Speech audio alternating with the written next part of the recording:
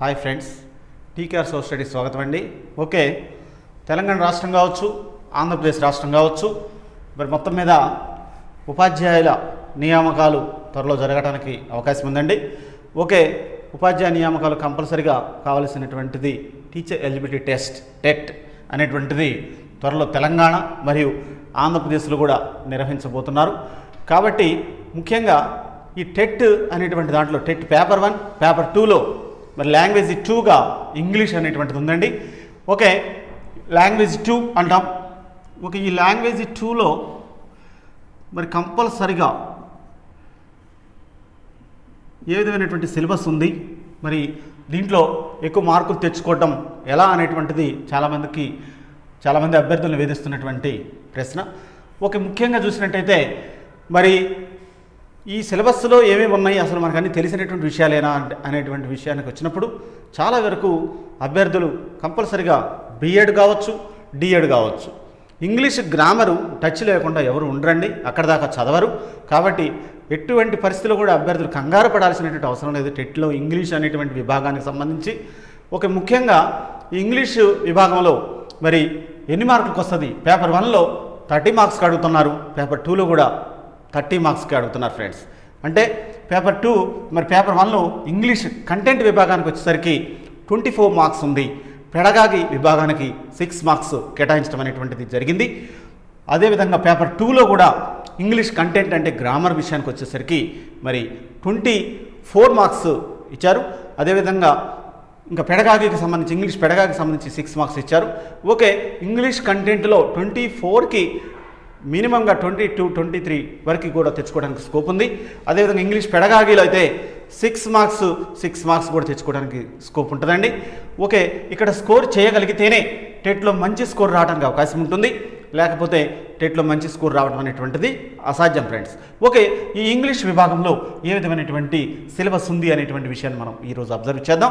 Okay, first మనకి 20 భాగాల్లో ఇచ్చారంటే ఇంగ్లీష్ కంటెంట్ విషయానికి వచ్చేసరికి 20 ఏరియాస్ని కవర్ చేసినట్లయితే చాలా మరి ఇచ్చారు. అంటే 20 ఏరియాస్ ఏమేమి చదవాలనేటువంటిది అభ్యర్థులు వేధిస్తున్నటువంటి ప్రశ్న. ఓకే, ఈ 20 ఏరియాస్ ఏమున్నాయంటే first one parts of speech అండి. పార్ట్స్ ఆఫ్ స్పీచ్ అనేటువంటిది చాలా కీలకం ఫ్రెండ్స్. ఓకే, ఈ పార్ట్స్ ఆఫ్ స్పీచ్లో మరి ముఖ్యంగా ఏమి వస్తాయి అనేటువంటి విషయానికి వచ్చేసరికి మరి ఆ వెర్బ్స్ కావచ్చు, లేకపోతే ముఖ్యంగా అడ్జెక్టివ్ కావచ్చు, యాడ్వెర్బ్ కావచ్చు, ప్రిపోజిషన్ కావచ్చు, కంజంక్షన్ కావచ్చు, ఇంటర్జెక్షన్ కావచ్చు, వీటన్నిటి మీద బిట్స్ ఒక్క ప్రశ్న అయినా సరే రావడానికి అవకాశం అనేటువంటిది ఉంటుంది. ఎందుకు చెప్తున్నానంటే ముఖ్యంగా పార్ట్స్ ఆఫ్ స్పీచ్లో బిట్స్ ఇవ్వకుండా అసలుకి క్వశ్చన్ పేపర్ సెట్ చేయడం అనేటువంటిది అసంభవం. కాబట్టి ఏదైనా ఒక సెంటెన్స్ ఇచ్చేసి మరి ఇది ఏంటి, ఏ విభాగానికి చెందింది, ఇది మరి పార్ట్స్ ఆఫ్ స్పీచ్లో దేనికి సంబంధించినటువంటిది అనేటువంటిది అడగడానికి అవకాశం ఉంటుంది.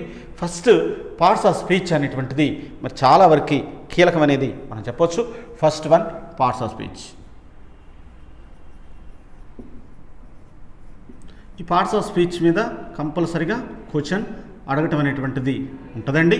కంపల్సరిగా 1 మార్క్ అయినా సరే రావడం అనేటువంటిది ఉంది. కాబట్టి కంపల్సరిగా దీన్ని యాడ్వర్బ్ అంటారు, దీన్ని యాడ్జెక్టివ్ అంటారు, దీన్ని ప్రిపోజిషన్ అంటారు, ఎక్కడ ఏ ప్రిపోజిషన్ వాడాల్సినటువంటి అవసరం ఉంది అనేటువంటి దానికంటే ముఖ్యంగా అసలు ఇది దేనికి చెందింది అనేటువంటిది ఆడటానికి అవకాశం ఉంది. ఓకే, మరి కంపల్సరిగా ఇది వెర్బా, ఇది యాడ్జెక్టివా, ఇది యాడ్వెర్బా అనేటువంటి తెలియాల్సిన అవసరం ఉంది. కంపల్సరీగా ఇంగ్లీషు మరి పరిజ్ఞానం అనేటువంటిది కంపల్సరీ ప్రతి టీచర్కి ఉండాలి అనేటువంటి మరి ఆ విషయం పర్పస్లోనే ఈ యొక్క ఇంగ్లీషుని చేర్చడం అనేటువంటిది జరిగింది సిలబస్లో. కాబట్టి పార్ట్స్ ఆఫ్ స్పీచ్లో ఇది వెర్బా, యాడ్వెర్బా, యాడ్జెక్టివా, ప్రిపోజిషనా, కంజంక్షనా, ఇంటర్జెక్షనా అనేటువంటిది అడుగుతున్నారు ఫ్రెండ్స్. ఒక వెర్బా ఈ విధంగా అడగటం అనేటువంటిది జరుగుతుంది. కాబట్టి కంపల్సరీ దాన్ని ఐడెంటిఫై చేసినట్టయితే ఈజీగా మార్కులు తెచ్చుకోవడం అనేటువంటిది జరుగుతుంది. నెక్స్ట్ టెన్సెస్ అనగానే చాలా వరకు మనకి మరి కనీసం మినిమం 6th క్లాస్ నుంచి టెన్సెస్ పర్ఫెక్ట్గా నేర్చుకోవడం అనేటువంటిది జరుగుతుంది తెలుగు మీడియం స్కూళ్ళల్లో అయితే. అదే ఇంగ్లీష్ మీడియం స్కూల్స్లో అయితే ఫస్ట్ క్లాస్ నుంచి కూడా ఉంటున్నాయి. ఒక రకంగా చెప్పాలంటే ప్రైవేట్ స్కూల్స్ విషయానికి వచ్చేసరికి టెన్సెస్ అనగానే మనకు గుర్తొస్తాయి ఈజీగా. మరి 12 ఉంటాయి అనేటువంటిది, మరి 3 ఉన్నాయి. Present, past, future.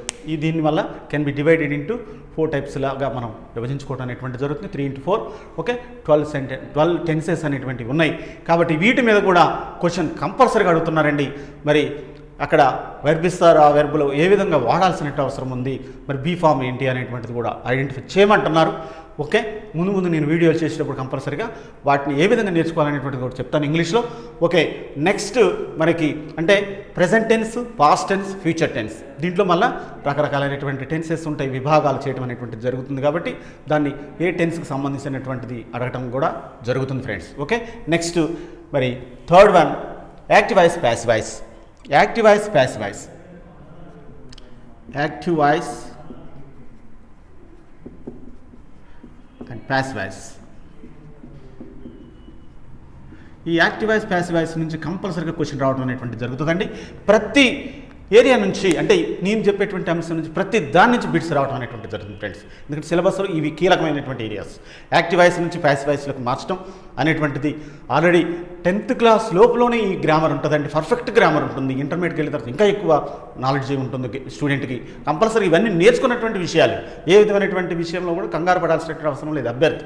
Active voice నుంచి ప్యాసివ్ వాయిస్ మార్చేటప్పుడు మరి ఈ యొక్క నిబంధనలు ఏ విధంగా ఉన్నాయి అనేటువంటి తెలుసుకోగలిగితే చాలా వరకు ఈజీగా ఐడెంటిఫై చేయొచ్చు. ఎందుకంటే మల్టిపుల్ చాయిస్ క్వశ్చన్స్ కాబట్టి ఈజీగా ఐడెంటిఫై చేయడానికి అవకాశం అనేటువంటిది ఉంటుంది ఫ్రెండ్స్.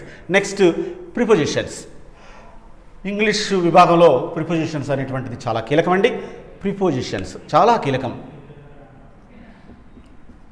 ప్రిపోజిషన్స్ కంపల్సరీగా గుర్తుపెట్టుకోవాల్సినటువంటి అంశం ఇది. ప్రిపోజిషన్ మీద కూడా బిట్లు కంపల్సరీగా అడుగుతున్నారు. ఇన్నా ఇక్కడ చేర్చాల్సింది, లేకపోతే ఆనా, లేకపోతే ఎందుకు అనేటువంటిది విత్త. ఓకే, మరి ఏ విధంగా ఉంటాయి ప్రిపోజిషన్స్ అనేటువంటిది క్లాస్ చెప్పేటప్పుడు చెప్తాను. సపరేట్గా మరి ప్రిపోజిషన్స్ మీద క్లాసెస్ ఉంటాయి. ఓకే, ప్రతి దాని మీద కూడా ఉంటుంది. Okay, ప్రిపోజిషన్స్ని a preposition suitable preposition అనేటువంటిది మరి ఐడెంటిఫై చేయడమే కాదు, దాన్ని ఖచ్చితంగా ఆన్సర్ ఇవ్వాల్సిన అవసరం ఉంటుంది ఆ క్వశ్చన్కి. ఓకే, ఏ విధంగా అడుగుతున్నారనేటువంటిది కూడా చెప్తాను. ప్రిపోజిషన్ నుంచి కూడా బిట్స్ వస్తాయి ఫ్రెండ్స్. ఓకే, నెక్స్ట్ 5వది 5th వన్ ఆర్టికల్స్. ఆర్టికల్స్ మనకు తెలిసినటువంటి విషయాలే. Okay, definite articles, indefinite articles అనేటువంటివి ఉన్నాయి. ఓకే, కంపల్సరీగా ద మరి ఏ యాన్ అనేటువంటివి ఉన్నాయి. వీటి మీద బిట్ అంటే కంపల్సరీగా క్వశ్చన్ అడుగుతారు. మరి articles, omission of articles, article లేకుండా ఉండాల్సినటువంటి సందర్భం ఏది అనేటువంటిది బాగా అడుగుతున్నారు. Okay, omission of articles, article లేకుండా ఉండేటువంటి మరి ఏ ఏరియాలో ఆర్టికల్స్ ఉపయోగించకుండా ఉండాలి అనేటువంటిది ఎక్కువ అడుగుతున్నారండి. చాలా జాగ్రత్తగా ఉండాలి అభ్యర్థులు. ఓకే, ఏ యాన్ దా అనేటువంటి తెలుసుకోవటమే కాదు, ఎక్కడ ఆర్టికల్ ఉపయోగించకూడదు అనేటువంటిది కూడా అభ్యర్థులు మరి క్వశ్చన్స్ వస్తాయి. వాటి మీద దృష్టి పెట్టాల్సిన అవసరం ఉంటుంది ఫ్రెండ్స్. Next clauses. క్లాజెస్ అనేటువంటివి కూడా చాలా కీలకమండి. మరి ఇఫ్ క్లాజ్ కావచ్చు, క్లాజెస్ అనేటువంటివి ఉన్నాయి. ఓకే, సబార్డినేట్ క్లాజ్ అని మరి కొన్ని క్లాజెస్ ఉన్నాయి. వాటి మీద కూడా బిట్స్ వస్తున్నాయి. కంపల్సరీగా వాటిని ప్రిపేర్ కావచ్చు. అవి చాలా ఈజీ అండి నేర్చుకోగలిగితే. ఓకే, నెక్స్ట్ మనకి 7th వన్ వెబ్స్. వెబ్స్ నుంచి సపరేట్గా క్వశ్చన్ వస్తుంది. వెబ్స్ కంపల్సరీగా వెబ్స్ మరి 2 రకాలుగా మనం విభజన చేయవచ్చు. మరి ముఖ్యంగా main verbs, auxiliary verbs. Main verbs ఏ విధంగా ఉన్నాయి, మరి ఏ విధంగా ఉపయోగిస్తున్నారనేటువంటి దాంతోపాటు ఆక్సిలరీ వెబ్స్ ఏంటి, am are was were been being 24 auxiliary verbs ఉంటాయి. 24 ఆక్సిలరీ వెబ్స్ మీద కూడా బిట్స్ రావడానికి ఎక్కువగా స్కోప్ ఉందండి. ఓకే, మన ఛానల్లో 24 ఆక్సిలరీ వెబ్స్ మీద మరి 888 ఫార్ములా ఆల్రెడీ ఇంగ్లీష్ కొన్ని చేశాను వీడియోలు, తర్వాత కూడా వాటి గురించి కూడా చెప్తాను ఫ్రెండ్స్. ఓకే, ఆక్సిలరీ వెబ్స్ చాలా మోస్ట్ ఇంపార్టెంట్, వాటి మీద బిట్స్ వస్తున్నాయి. అదేవిధంగా మెయిన్ వెబ్స్ మీద కూడా బిట్స్ వస్తున్నాయి. కాబట్టి ఎలా అడుగుతారనేటువంటిది కూడా నేను చెప్తాను తర్వాత. Next 8th one adverbs. Adverbs మీద కూడా క్వశ్చన్స్ వస్తున్నాయండి.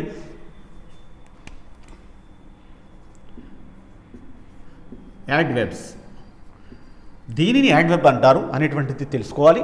మరి adverbs, types of adverbs ఏంటి అనేటువంటిది తెలుసుకోవాల్సిన అవసరం ఉంటుంది. కంపల్సరీగా adverbs, types of adverbs ఎన్ని రకాలు అనేటువంటిది అడుగుతున్నారు. మరి ఏ సందర్భంలో యాడ్ వెబ్ని మరి ఉంచాల్సినటువంటి అవసరం ఉంది అనేటువంటి దాని మీద కూడా బిట్స్ వస్తున్నాయి. Next 9 conjunctions.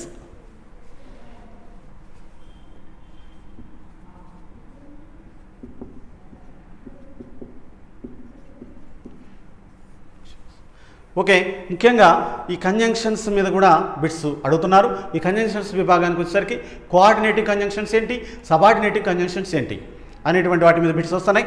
కోఆర్డినేటింగ్ కంజంక్షన్స్ని ఎప్పుడు ఉపయోగిస్తున్నారు, సబార్డినేటింగ్ కంజంక్షన్ ఏ విధంగా ఉపయోగిస్తున్నారు అనేటువంటి దాని మీద బిట్స్ వస్తున్నాయి టెట్లో.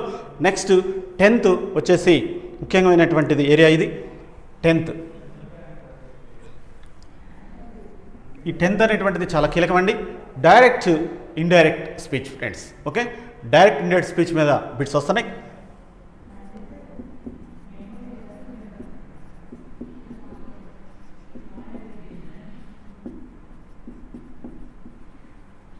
డైరెక్ట్ ఇండైరెక్ట్ స్పీచ్ మీద కూడా బిట్స్ రావడం అనేటువంటి జరుగుతుంది. డైరెక్ట్ ఇండైరెక్ట్ స్పీచ్ అంటే ఒక సెంటెన్స్ ఇస్తారు, ఆ సెంటెన్స్ ఇండైరెక్ట్ స్పీచ్లో ఉందా, డైరెక్ట్ స్పీచ్లో ఉందా, డైరెక్ట్ స్పీచ్లో నుంచి ఇండైరెక్ట్ స్పీచ్లోకి మార్చేటప్పుడు మరి పాటించాల్సినటువంటి మరి నియమ నిబంధనలు ఏంటి, ఇన్స్ట్రక్షన్స్ ఏంటి అనేటువంటిది చదువుకోగలిగితే, వాటిని చేయగలిగితే టెన్సెస్ మీద డిపెండ్ అయి ఉంటుందండి ఇంగ్లీష్ మొత్తం కూడా. ఒకటి గుర్తుపెట్టుకోవాలి friends, active voice passive voice రావాలంటే మనకి టెన్సెస్ రావాలి. అదేవిధంగా డైరెక్ట్ ఇండైరెక్ట్ స్పీచ్ రావాలంటే కంపల్సరీగా టెన్సెస్ రావాలి ఇంగ్లీష్లో, లేకపోతే రాదు. కాబట్టి టెన్సెస్ మీద బాగా మరి మంచిగా గుర్తుపెట్టుకునే విధంగా టెన్సెస్ నేర్చుకోగలిగితే వాటి నుంచి మనకి చాలా బిట్స్ రావడం అనేటువంటిది జరుగుతుంది ఫ్రెండ్స్. ఓకే, ముఖ్యంగా మరి ఇంకా 11th విషయానికి వచ్చేసరికి questions and question tags. Question tags, questions and question tags అండి. వీటి మీద కంపల్సరీ క్వశ్చన్ వస్తుంది. Question tags, questions and question tag. Question ఎలా తయారు చేస్తాను, క్వశ్చన్ ట్యాగ్ ఏంటి అనేటువంటిది అడుగుతున్నారు. ఓకే, మరి ఇక్కడ క్వశ్చన్ ట్యాగ్ అనేటువంటిది నెగటివ్లో ఉంటుంది. అంటే సెంటెన్స్ మనకి పాజిటివ్లో ఉన్నప్పుడు క్వశ్చన్ ట్యాగ్ అనేటువంటిది నెగటివ్లో ఉంటుందండి. అదేవిధంగా మరి క్వశ్చనే నెగటివ్లో ఉన్నప్పుడు మరి కంపల్సరీగా క్వశ్చన్ ట్యాగ్ అనేటువంటిది పాజిటివ్లో ఉంటుంది. అది బాగా గుర్తుపెట్టుకొని చేయగలిగితే ఈజీగా 1 మార్క్ వచ్చినట్టేనండి. కంపల్సరీగా క్వశ్చన్ వస్తుంది. ఆ క్వశ్చన్ ట్యాగ్ని మీరు యాడ్ చేసుకోగలిగితే ఈజీగా 1 మార్క్ వచ్చినట్టు ఫ్రెండ్స్. చాలా ఈజీ వే ఇంగ్లీష్ అనేటువంటిది. Okay, next 12th one most important ఇది. ఓకే, 12th వన్ విషయానికి వచ్చేసరికి టైప్స్ ఆఫ్ సెంటెన్సెస్ అనేటువంటివి ఉన్నాయి. Types of sentences.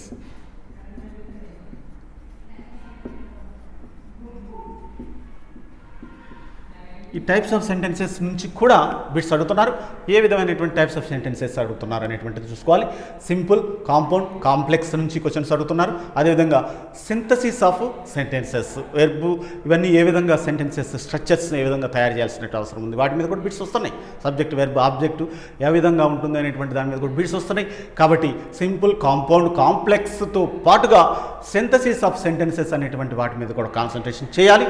లేకపోతే మార్క్స్ పోవడానికి ఎక్కువగా స్కోప్ ఉందండి. ఓకే, టైప్స్ ఆఫ్ సెంటెన్సెస్లో సింపుల్, కాంపౌండ్, కాంప్లెక్స్ సెంటెన్సెస్ చూసుకోవాలి.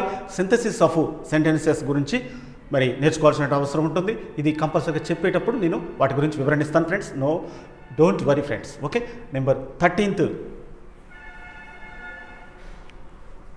13వది నెంబర్ 13th ఇది. ఓకే, 13వ విషయానికి వచ్చేసరికి ప్రైజెస్, యూజెస్ ఆఫ్ ప్రైజెస్ అండి. ప్రైజెస్ మీద కూడా అడుగుతున్నారు. Uses of prices.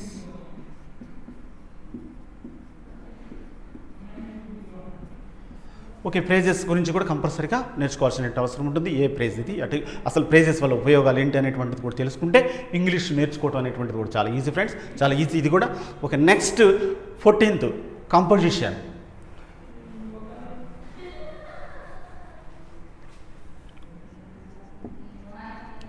Composition, letter writing. Composition మీద బిట్స్ వస్తున్నాయి. అదేవిధంగా లెటర్ రైటింగ్ మీద కూడా బిట్స్ వస్తున్నాయండి.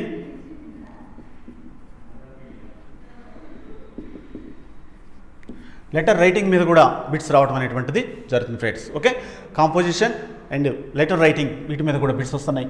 ఒక ఏదైనా ప్యాసేజ్ ఇచ్చేసి దాని కింద క్వశ్చన్స్ ఇస్తున్నారు, పారాగ్రాఫ్ క్వశ్చన్స్ అనేటువంటివి ఉన్నాయి. కాబట్టి ఈజీగా మార్కులు తెచ్చుకోవచ్చండి.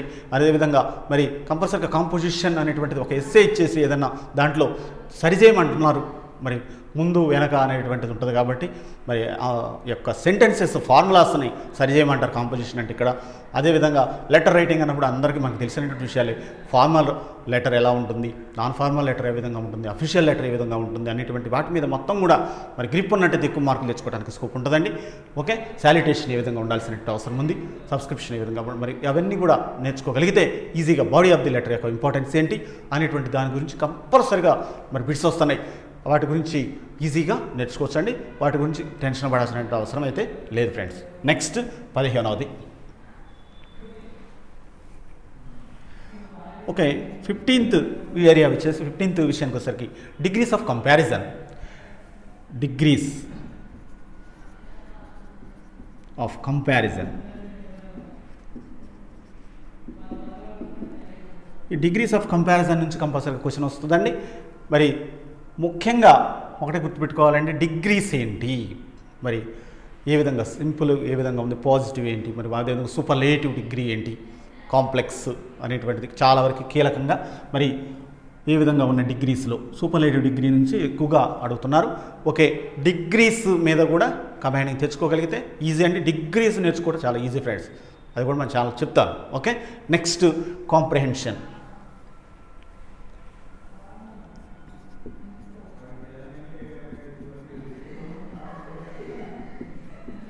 పారాగ్రాఫ్ ఇచ్చేసి క్వశ్చన్స్ కింద ఇస్తారు. కాకపోతే ఏంటంటే దాని మీద ఐడియా ఉండాల్సినట్టు అవసరం ఉంటుంది. ఒకటే గుర్తుపెట్టుకోవాలండి, ఫస్ట్ క్లాస్ నుంచి 10th క్లాస్ వరకు ఇంగ్లీష్ టెక్స్ట్ బుక్స్ మీరు పర్ఫెక్ట్ చదవగలిగితే ఆ పారాగ్రాఫ్లు అక్కడే వస్తున్నాయి. కాబట్టి వాటిని కొద్దిగా గుర్తుపెట్టుకోగలిగితే, అంటే చదవాలి, ఎలా ఆన్సర్ ఇవ్వాల్సినట్టు అవసరం. ఒక పారాగ్రాఫ్ ఇచ్చినప్పుడు ఏ విధంగా మొత్తం 1, 2 సార్లు 3 సార్లు చదవాలి, అంతేగాని క్వశ్చన్ టు ఆన్సర్ ఎత్తుకులాడుకోవద్దు. ఎప్పుడైనా సరే క్వశ్చన్ టు ఆన్సర్ సెర్చ్ చేసినప్పుడు కంపల్సరీగా ఫెయిల్ అవుతారండి అభ్యర్థులు. కాబట్టి క్వశ్చన్ టు ఆన్సర్ కాదు, పారాగ్రాఫ్లో ఉన్నటువంటి అంశాలను అర్థం చేసుకొని ఆ యొక్క క్వశ్చన్కి ఆన్సర్ ఇవ్వాల్సినట్టు అవసరం అనేది ఉంటుంది. చాలా కీలకం ఇది. ఓకే, కాంప్రిహెన్షన్ మీద క్వశ్చన్స్ అడుగుతున్నారు. ఓకే, నెక్స్ట్ వొకాబులరీ మీద కూడా క్వశ్చన్స్ అడుగుతున్నారండి. వొకాబులరీ నుంచి చాలా వరకు కీలకంగా ఇది 17వ అంశం వొకాబులరీ.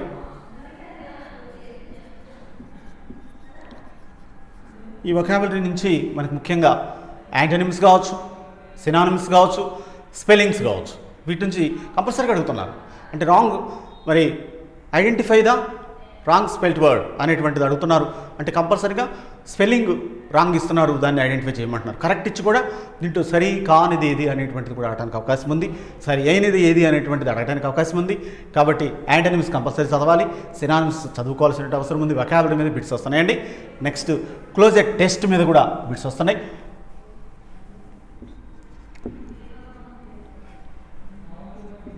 క్లోజెట్ టెస్ట్ మీద కూడా బిట్స్ వస్తున్నాయి. ఓకే, క్లోజెట్ టెస్ట్ గురించి చెప్పేటప్పుడు చెప్తాను. ఓకే, క్లోజెట్ మరి ముఖ్యంగా అసలు ఏంటి అనేటువంటిది కూడా నేను ఛానల్ చెప్పేటప్పుడు కంపల్సరీ ఆ టాపిక్ గురించి చెప్పేటప్పుడు మీకు చెప్తానండి. క్లోజెట్ టెస్ట్ నుంచి కూడా బిట్స్ వస్తున్నాయి ఫ్రెండ్స్. నెక్స్ట్ 19వ విభాగం ఏంటి, one word substitution. 19th one word substitution. One word substitution నుంచి బిట్స్ వస్తున్నాయి. ఓకే, వన్ వర్డ్ని ఐడెంటిఫై చేయాల్సిన అవసరం ఉంది. అంటే ఒక సెంటెన్స్ మొత్తానికి వన్ వర్డ్ సూటబుల్ ఉంటుంది. అనాథ అనేటువంటిది ఉందని, ఆర్పాన్ అనేటువంటి పేరు. అట్లా అంటే మరి దాని గురించి మనం చదవగలిగితే ఈజీగా కొన్ని ఉంటాయి, కొన్ని ఒక 100, 150 ఉంటాయి, అంతకంటే ఎక్కువ ఉండవు. వాటిని మనం ఐడెంటిఫై చేసుకోకపోతే 1 మార్క్ వచ్చినట్టేనండి. ఓకే, వన్ వర్డ్ సబ్స్టిట్యూషన్ అనేటువంటి చాలా మోస్ట్ ఇంపార్టెంట్, ఈజీగా.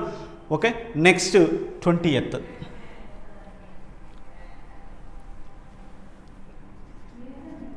20th విషయానికి వచ్చేసరికి కరెక్షన్ ఆఫ్ సెంటెన్సెస్ అండి.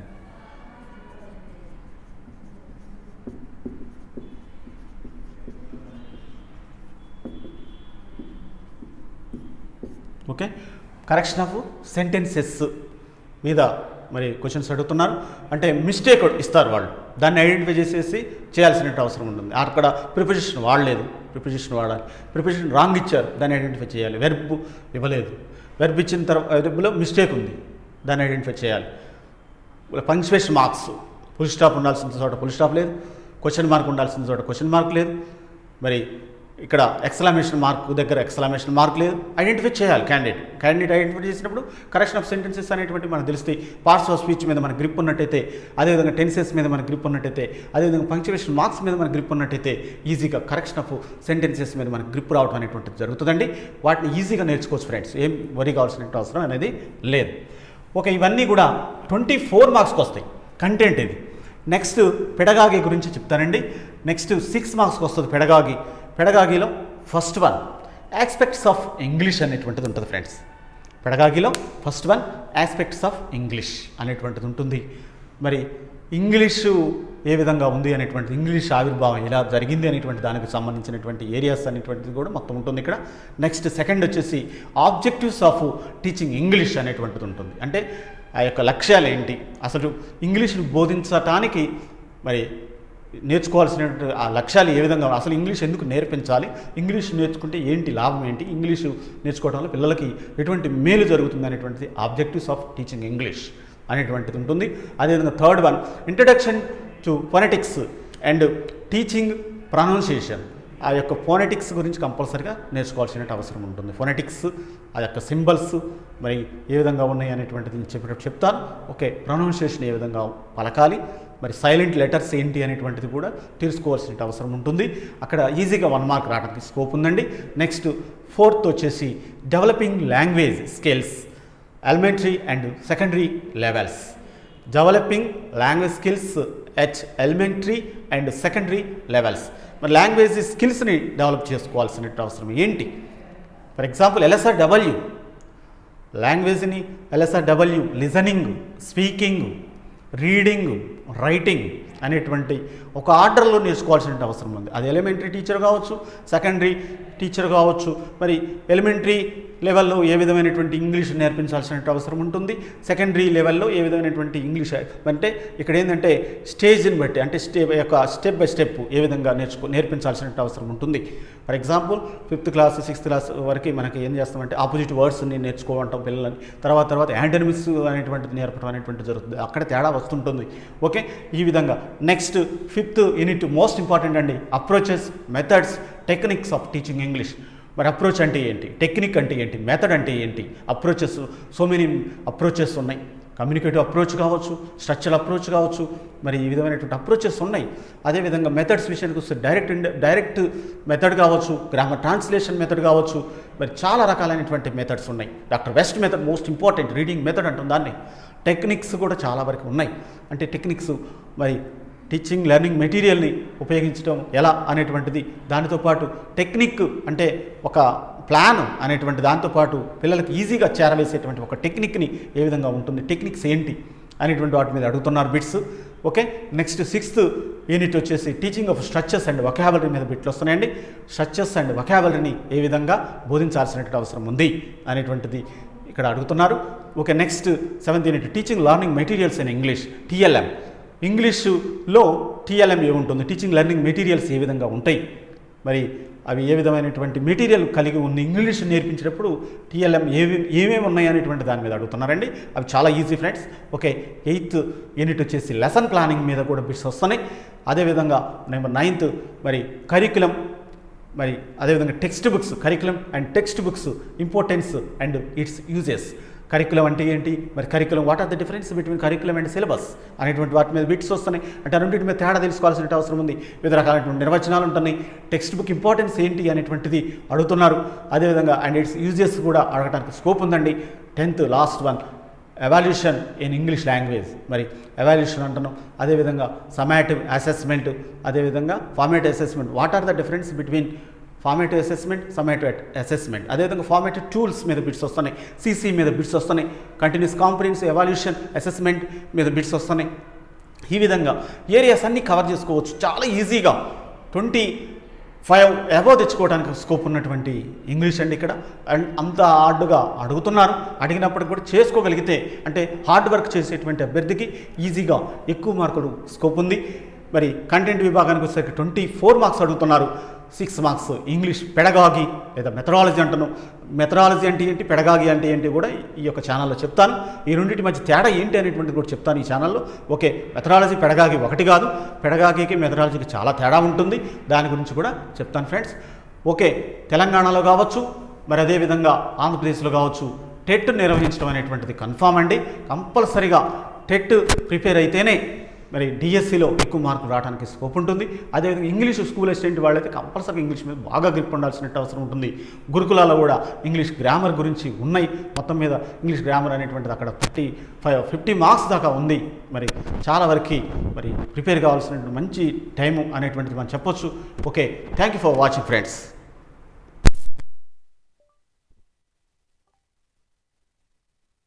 It's 5:56 p.m.